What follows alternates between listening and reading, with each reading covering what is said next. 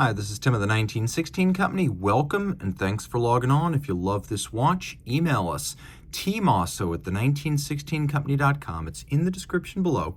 Your purchase and pricing email question line for buying this or any watch you see on any of our platforms. Please reach out to us directly, tmosso at the1916company.com. Today, we are discussing a 25-piece limited edition from the 2022 model year from Chopard. This is the Mille Miglia Chronograph Luftgekühlt edition. This is actually the second collaboration with Porsche enthusiast Operation Luftgekühlt, and we will talk about what that means in a moment. But what you need to know is fundamentally this is a 42mm diamond-like carbon-coated stainless steel Mille Miglia chronograph. The Mille Miglia was a road rally run from 1927 to 1957, and it was revived in 1977 as a mass start vintage event for enthusiasts of classic cars. And since the late 1980s, Chopard, run by auto enthusiast Carl Friedrich Schäufele, they've been a key sponsor of the Mille Miglia. And so this model line has been emblematic of that relationship. But this is a lot more particular, as Chopard has often partnered with Porsche. You could see this features the Luftgekühlt image of what I'm judging to be probably an early Porsche 917. But this is a enthusiast group that stages special events, shows, rallies, and get-togethers for fans of air-cooled Porsche 911s and 356s. And so they describe their events as Luft 1, Luft 2, Luft 3. They're held in different places around the world. And again, the type of event, whether it's a dinner or a drive or a show, will vary based on who's involved, what cars are available, and where it's being held. What's important is that this was a micro edition of 25 specifically for participants in these events. Overseen by the managers of Luftgekühlt, this watch was designed with Porsche enthusiasts in mind. So 42 millimeters in diameter, 12.9 millimeters thick, 49.8 millimeters from lug tip to lug tip. It has a 20 millimeter spacing between the lugs.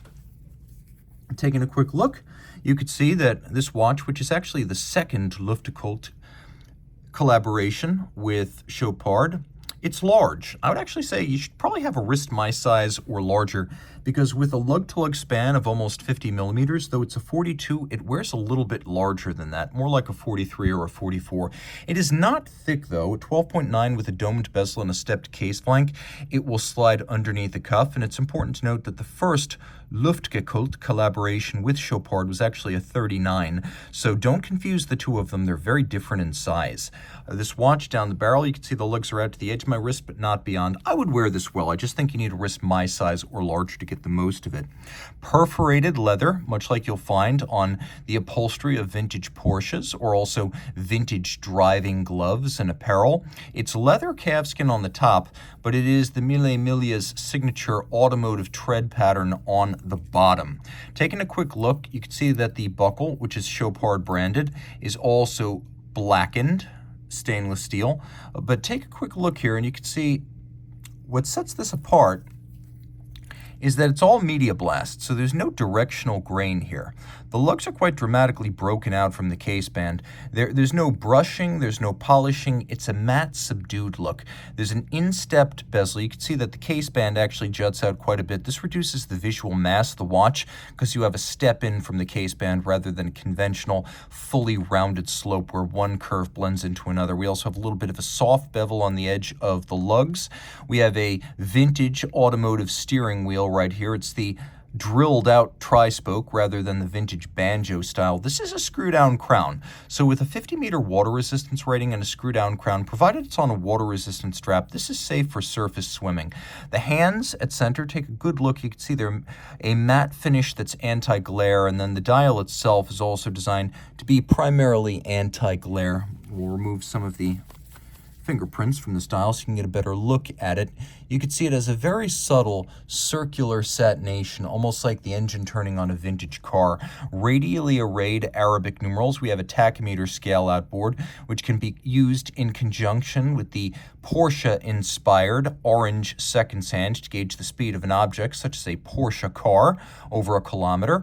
We have this minutes, hours, and seconds text, which I believe refers to vintage race timers or dashboard clocks. A lot of folks have wondered where that comes from. I believe that's the origin of this style. Now, the watch features an ETA 28942 automatic modular chronograph caliber, which means it has all the basic features of a 2892, which forms the basis for the 2894. So we have stop seconds. We also have a quick set date, and I went all the way around the date disc, so you don't have to see if any of the individual numerals were particularly special. And as you can see, the answer is no. They are all white on black. It would have been nice to have one in there that's orange. But the nice thing is that Chopard realized when you do a date on a dial, the date disc needs to be the same color as the dial, and the printing needs to be the same color as the dial printing. Chronometer, it does not lie, though it's a little bit difficult to see through the smoked sapphire caseback. Here we have the ETA 28942, which is a modular version of the 2892 that includes a column wheel vertical clutch chronograph module on the top. So bidirectional winding with a 42-hour power reserve, a 4 Hz beat rate, 37 pivot joules, a 5-position adjustment. It is a certified COSC Swiss chronometer. It has a kind of odd but still recognizably column-wheeled function cycling system. So this is not a cam chronograph. Though it's modular, the function cycler is a column wheel.